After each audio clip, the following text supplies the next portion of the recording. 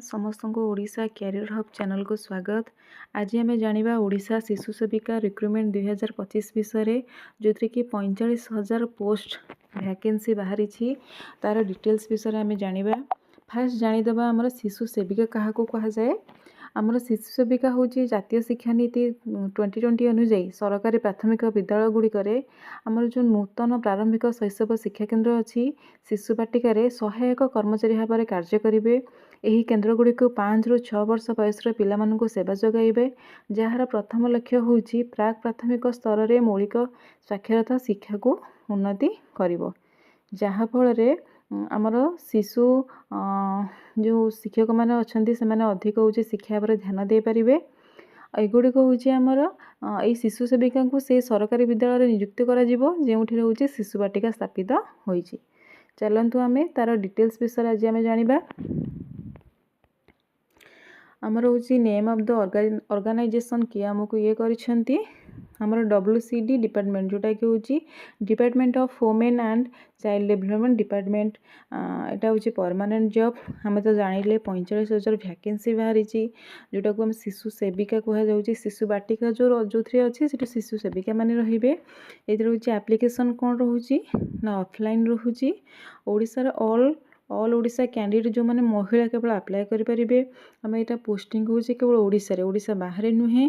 Apply last date केबे apply हम तार स्टार्टिंग डेट केबे लास्ट डेट केबे सेटा हमर अपडेट सुन अच्छे आगो को बाहर जाऊँगी बहुत जल्दी बाहर। तेणु करी जो मैंने इच्छुक अच्छा ये अपॉर्चुनिटी के हाथ छड़ा करने दिंतु नहीं। यार ऑफिशियली वेबसाइट अच्छी जो थी आप फुल डिटेल्स जानीपारे। चलतु देखिए यार एजुकेशनल क्वालिफिकेशन कौन रोचे।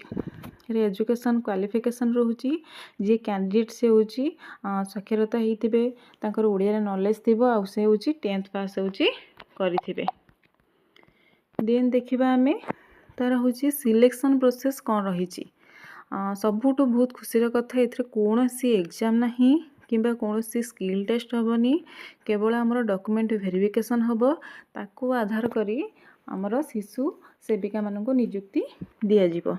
देन देखा शिशु सेविका रिक्रुटमेंट टोटाली पोस्ट केते आम तो जानिले 45,000 वैकेंसी अच्छी बोली। देन देखा तार हूँ आमर शिशु सेविकार आमर एज लिमिट केते रहुची। आमर मिनिमम एज देइछि 18 वर्ष, मैक्सिमम रोचे 45 वर्ष।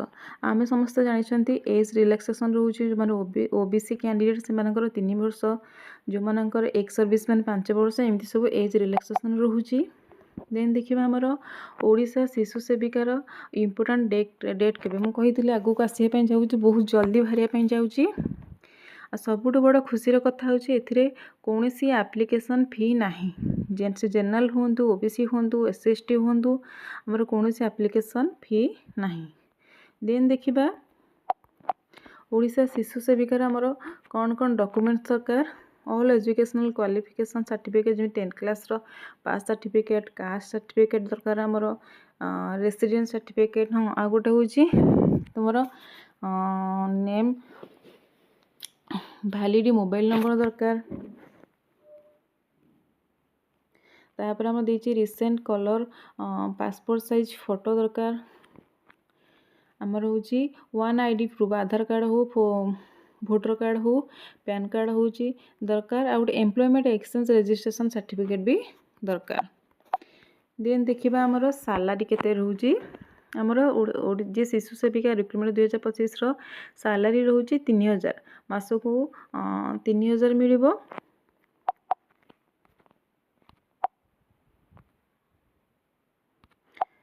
जितेबाला आमर यार एप्लिकेशन फॉर्म भर से आम ऑफलाइन बाहर करके केयरफुली फिलअप करवा से आमर नेसेसरी डॉक्यूमेंट जहाँ अटैच करवा तापर आम जो स्कूल सबमिट करवा अच्छे से हेडमास्टर के SMS को जाकि सबमिट करवा। ताहले आज आम जानिले शिशु सेविका विषय। चलतु आम जाना आज शिशु सेविका मानकर ड्यूटी कौन रोचे, काम कौन रोचे। से माने प्रधानतः शिक्षक मानक श्रेणी परिचालन साहाय्य करेंगे आ शिशु मानक विभिन्न प्रयोजन सहयोग करेंगे, शिशु मानक हेल्प करेंगे, ଯେମିତିକି ଶିଶୁମାନେ ଧର ଶୌଚାଳୟ ଯିବା ପାଇଁ ଇଚ୍ଛା କରୁଥିବେ ଯଦି ତାଙ୍କୁ ନେଇକି ସାଙ୍ଗରେ ଯିବେ। ସେମାନେ ଶିକ୍ଷକମାନଙ୍କୁ ଶିଶୁମାନଙ୍କୁ ସ୍ୱାଗତ କରିବାରେ, ସ୍ୱଚ୍ଛତା ଅଭ୍ୟାସରେ, ପ୍ରତିଦିନ ବିଭିନ୍ନ ସ୍କୁଲ କାର୍ଯ୍ୟକଳାପରେ ପରିବର୍ତ୍ତନ କରିବାରେ ସାହାଯ୍ୟ କରିବେ। ଯେଉଁ ଶିଶୁମାନେ ଅସୁସ୍ଥ କିମ୍ବା ଅଶାନ୍ତ ହୁଅନ୍ତି ସେମାନଙ୍କୁ ସହଜ ଭାବରେ କଥା ହେବା କିମ୍ବା ଶାନ୍ତିରେ ସାଙ୍ଗରେ ରହିବା ଦ୍ୱାରା ଶାନ୍ତ କରିବା। ଆଉ କ'ଣ ନା ଶିଶୁମାନଙ୍କୁ ପୁସ୍ତକ, ଖେଳନା, ଚାଟ୍ ପରି ସାମଗ୍ରୀ ଯୋଗାଇ ଦେବା। ଯଦି ଶିଶୁ ବାହାରକୁ କିମ୍ବା ଶୌଚାଳୟକୁ ଯିବା ପାଇଁ ଇଚ୍ଛା କରୁଛନ୍ତି ତେବେ ତାଙ୍କୁ ଶିଶୁକୁ ସାଙ୍ଗରେ ନେଇକି ଯିବା। ଯଦି କୌଣସି ଶିଶୁ ଅସୁସ୍ଥ ଅଛନ୍ତି ବା ବିଚଳିତ ଭାବ ଭିନ୍ନ ଆଚରଣ କରୁଛନ୍ତି ତାହେଲେ ଶିକ୍ଷକଙ୍କୁ ସୂଚିତ କରିବା। ଶ୍ରେଣୀକକ୍ଷର ସଫା ସୁତରା ସ୍ୱଚ୍ଛତା ଶିକ୍ଷଣ ସାମଗ୍ରୀକୁ ସୁନିଶ୍ଚିତ କରିବା।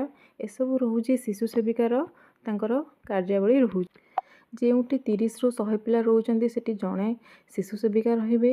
ଯେଉଁଥିରେ 100ରୁ ଅଧିକ ରହୁଛନ୍ତି ସେଇଠି 2 ଜଣ ଶିଶୁ ସେବିକା ରହିପାରିବେ। 2ରୁ ଅଧିକ ଶିଶୁ ସେବିକା ନିଯୁକ୍ତ କରିବା ପାଇଁ ସ୍କୁଲ ମ୍ୟାନେଜମେଣ୍ଟ କମିଟି ଯିଏକି ଆମର SMC ଦ୍ୱାରା ଜିଲ୍ଲା ଅଧିକାରୀ ମାଧ୍ୟମରେ ଜିଲ୍ଲାପାଳଙ୍କର ବିଶେଷ ଅନୁମୋଦନ ଆବଶ୍ୟକତା ରହିବ। ଆଉ ସେଥିରେ କିଛି ନିୟମ ଅଛି ବା ସର୍ତ୍ତାବଳୀ ଅଛି ଯେମିତିକି ଶିଶୁ ସେବିକା ଶିଶୁ ଭାଟିକା ପାଇଁ ନିର୍ଦ୍ଧାରିତ ବିଦ୍ୟାଳୟ ସମୟ ଅନୁସାରେ ସମସ୍ତ ବିଦ୍ୟାଳୟର କାର୍ଯ୍ୟକ୍ରମରେ ଉପସ୍ଥିତ ରହି ଦାୟିତ୍ୱ ପାଳନ କରିବେ। ଲଗାତାର ଅନୁପସ୍ଥିତ ବିଦ୍ୟାଳୟ ସ୍ତରର କାର୍ଯ୍ୟକଳାପରେ ବାଧା ଦେଇ ଓ ଏଇଥିରୁ ଶିଶୁ ସେବିକାର ବିଚ୍ଛେଦ ହେବାକୁ ପାରେ। ଏହି ପରିସ୍ଥିତିରେ ଶିଶୁ ସେବିକା ଅନୁମୋଦନହୀନ ଅନୁପସ୍ଥିତି ସମୟରେ କୌଣସି ବେତନ ପାଇବେ ନାହିଁ। ଯଦି ସେ ଲଗାତାର ଅନୁପସ୍ଥିତି ରହୁଛନ୍ତି ତାହେଲେ ସେ କୌଣସି ସାଲାରୀ ପାଇବେ ନାହିଁ। ଶିଶୁ ସେବିକା ସେ କ'ଣ ଶାରୀରିକ ଭାବରେ ଫିଟ୍ ଥିବେ, କୌଣସି ରୋଗ ନଥିବ, ତାହେଲେ ଆମେ ଶିଶୁ ସେବିକାର ଡିଟେଲ୍ସ ବିଷୟରେ ଜାଣିଲେ ଶିଶୁ ସେବିକା କ'ଣ, କେତେ ପୋଷ୍ଟ ରହିଛି ତାର ଡିଟେଲ୍ସରେ ଜାଣିଲେ ଜଲ୍ଦି ତାହା ବାହାରିବା ପାଇଁ ଯାଉଛି। ତେଣୁ ସମସ୍ତେ ଆମେ ପ୍ରିପେୟାର ହେଇକି ଥିବା। ଯେଉଁମାନେ ଆମ ଚ୍ୟାନେଲରେ ନୂଆ କରି ଯୋଡ଼ି ହେଇଛନ୍ତି ଏପର୍ଯ୍ୟନ୍ତ ସବସ୍କ୍ରାଇବ୍ କରିନାହାନ୍ତି ସେମାନେ ଜଲ୍ଦି ଚ୍ୟାନେଲଟିକୁ ସବସ୍କ୍ରାଇବ୍ କରିଦିଅନ୍ତୁ। ଯାହାଦ୍ୱାରା ଆପଣଙ୍କ ପାଖରେ ବହୁତ ଅଳ୍ପ ସମୟରେ ନ୍ୟୁ ଜବ୍ର ଅପଡ଼େଟ୍ ଗୁଡ଼ିକ ପହଞ୍ଚି ପାରିବ।